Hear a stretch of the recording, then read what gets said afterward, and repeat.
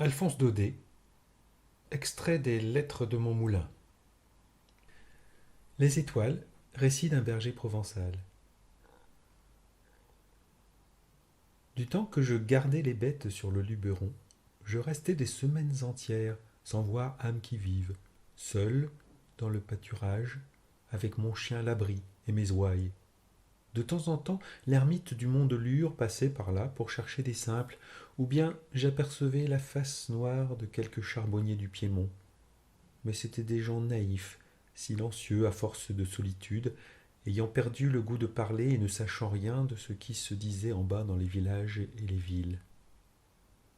Aussi, tous les 15 jours, lorsque j'entendais sur le chemin qui monte les sonnailles du mulet de notre ferme m'apportant les provisions de quinzaine, et que je voyais apparaître peu à peu au-dessus de la côte la tête éveillée du petit Miarro ou la coiffe rousse de la vieille tante Norade, j'étais vraiment bien heureux.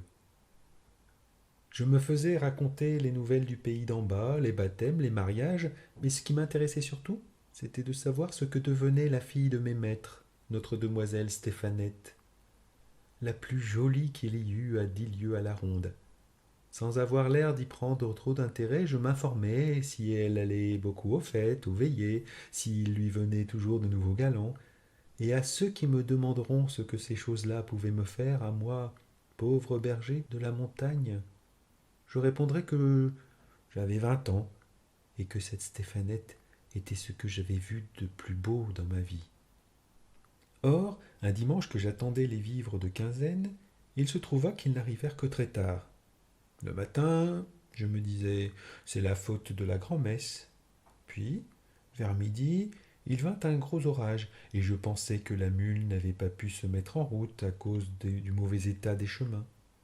Enfin, sur les 3 heures, le ciel étant lavé, la montagne luisante d'eau et de soleil, j'entendis, parmi les gouttements des feuilles et le débordement des ruisseaux gonflés, les sonnailles de la mule, aussi gaies, aussi alertes qu'un grand carillon de cloche un jour de Pâques. Mais ce n'était pas le petit Miarro, ni la vieille Norade qui le conduisait, c'était, devinez qui? Notre demoiselle, mes enfants, notre demoiselle en personne, assise droite entre les sacs d'osier, toute rose de l'air des montagnes et du rafraîchissement de l'orage. Le petit était malade, tante Norade en vacances chez ses enfants. La belle Stéphanette m'apprit tout cela en descendant de sa mule, et aussi qu'elle arrivait tard parce qu'elle s'était perdue en route. Mais à la voir si bien endimanchée, avec son ruban à fleurs, sa jupe brillante et ses dentelles, elle avait plutôt l'air de s'être attardée à quelque danse que d'avoir cherché son chemin dans les buissons. Oh, la mignonne créature, mes yeux ne pouvaient se lasser de la regarder. Il est vrai que je ne l'avais jamais vue de si près.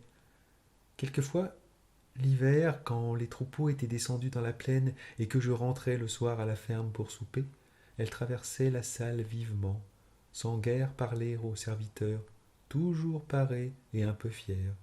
Et maintenant je l'avais là devant moi, rien que pour moi. N'était-ce pas en perdre la tête? Quand elle eut tiré les provisions du panier, Stéphanette se mit à regarder curieusement autour d'elle, relevant un peu sa belle jupe du dimanche qui aurait pu s'abîmer. Elle entra dans le parc, voulut voir le coin où je couchais, la crèche de paille avec la peau de mouton, ma grande cape accrochée au mur, ma crosse, mon fusil à pierre. Tout cela l'amusait. Alors, c'est ici que tu vis, mon pauvre berger. Comme tu dois t'ennuyer d'être toujours seul. Qu'est-ce que tu fais? À quoi penses-tu? J'avais envie de répondre à vous, maîtresse, et je n'aurais pas menti, mais mon trouble était si grand que je ne pouvais pas seulement trouver une parole. Je crois bien qu'elle s'en apercevait et que la méchante prenait plaisir à redoubler mon embarras avec ses malices. Et ta bonne amie, berger, est-ce qu'elle monte te voir quelquefois? Ça doit être bien sûr la chèvre d'or ou cette fée Estérelle qui ne court qu'à la pointe des montagnes. Et elle-même, en me parlant, avait bien l'air de la fée Estérelle, avec le joli sourire de sa tête renversée et sa hâte de s'en aller qui faisait de sa visite une apparition. Adieu, berger. Salut, maîtresse.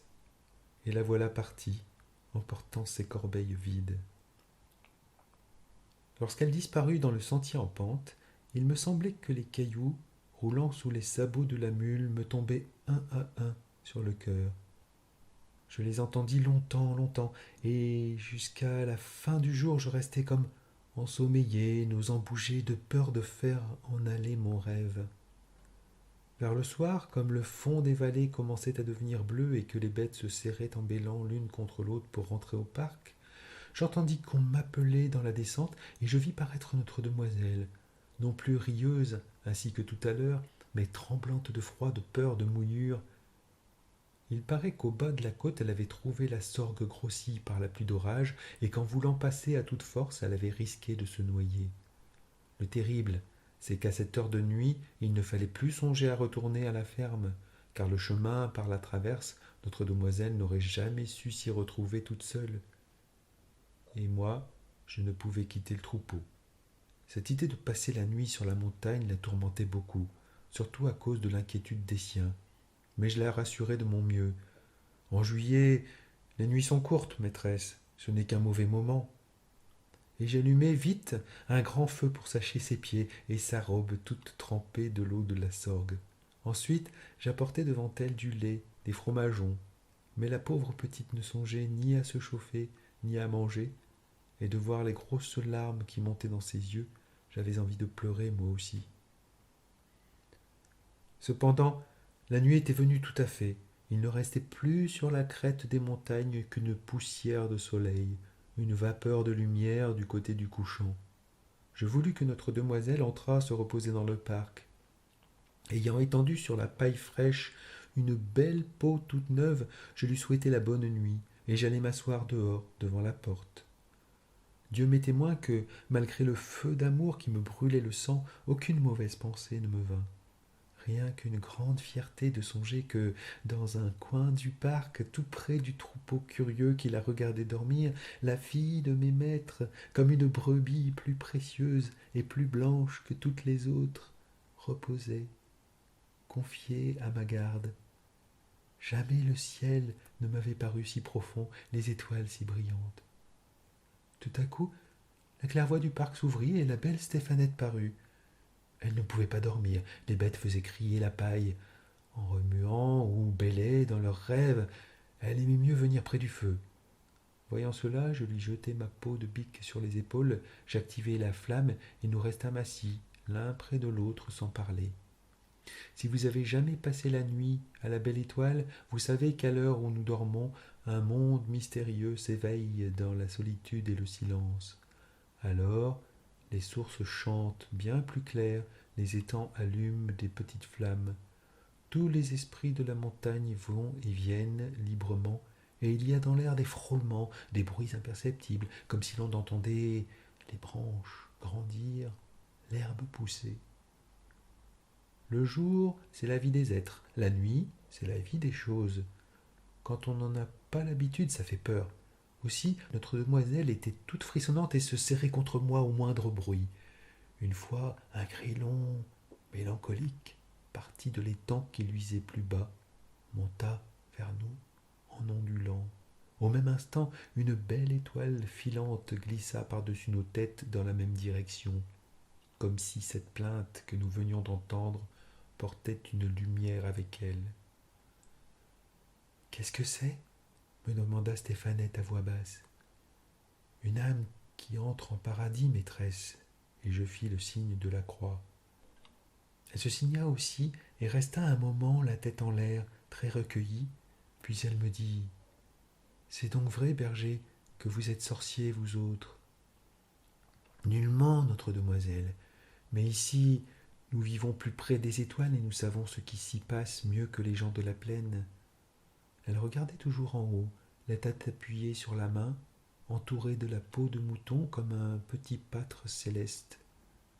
Qu'il y en a, que c'est beau, jamais je n'en avais vu tant. Est-ce que tu sais leur nom, berger ? Mais oui, maîtresse, tenez, juste au-dessus de nous, voilà le chemin de Saint-Jacques. Il va de France droit sur l'Espagne. C'est ainsi que Saint Jacques de Galice l'a tracé pour montrer sa route au brave Charlemagne lorsqu'il faisait la guerre aux Sarrasins. Plus loin, vous avez le char des âmes, la grande ours. avec ses 4 essieux resplendissants. Les 3 étoiles qui vont devant sont les 3 bêtes, et cette toute petite contre la troisième, c'est le charretier. Voyez-vous tout autour cette pluie d'étoiles qui tombe? Ce sont les âmes dont le bon Dieu ne veut pas chez lui. Un peu plus bas, voici le râteau, ou les 3 rois, Orion. C'est ce qui nous sert d'horloge à nous autres. Rien qu'en les regardant, je sais maintenant qu'il est minuit passé. Un peu plus bas, toujours vers le midi, brille Jean de Milan, le flambeau des astres, Sirius. Sur cette étoile-là, voici ce que les bergers racontent. Il paraît qu'une nuit, Jean de Milan, avec les 3 rois et la poussinière, la Pléiade, furent invités à la noce d'une étoile de leurs amis. Poussinière, plus pressée, partit, dit-on, la première, et prit le chemin haut. Regardez là, là-haut, tout au fond du ciel. Les 3 rois coupèrent plus bas et la rattrapèrent. Mais ce paresseux de Jean de Milan, qui avait dormi trop tard, resta tout à fait derrière, et, furieux, pour les arrêter, leur jeta son bâton. C'est pourquoi les 3 rois s'appellent aussi le bâton de Jean de Milan. Mais la plus belle de toutes les étoiles, maîtresse, c'est la nôtre, c'est l'étoile du berger, qui nous éclaire à l'aube quand nous sortons le troupeau, et aussi le soir, quand nous le rentrons. Nous la nommons encore Maguelonne, la belle Maguelonne qui court après Pierre de Provence, et se marie avec lui tous les 7 ans. Comment, berger? Il y a donc des mariages d'étoiles? Mais oui, maîtresse. Et comme j'essayais de lui expliquer ce que c'était que ces mariages, je sentis quelque chose de frais et de fin peser légèrement sur mon épaule. C'était sa tête, alourdie de sommeil, qui s'appuyait contre moi avec un joli froissement de rubans, de dentelles et de cheveux ondés. Elle resta ainsi, sans bouger, jusqu'au moment où les astres du ciel pâlirent, effacés par le jour qui montait. Moi, je la regardais dormir, un peu troublé au fond de mon être, mais saintement protégé par cette claire nuit qui ne m'a jamais donné que de belles pensées.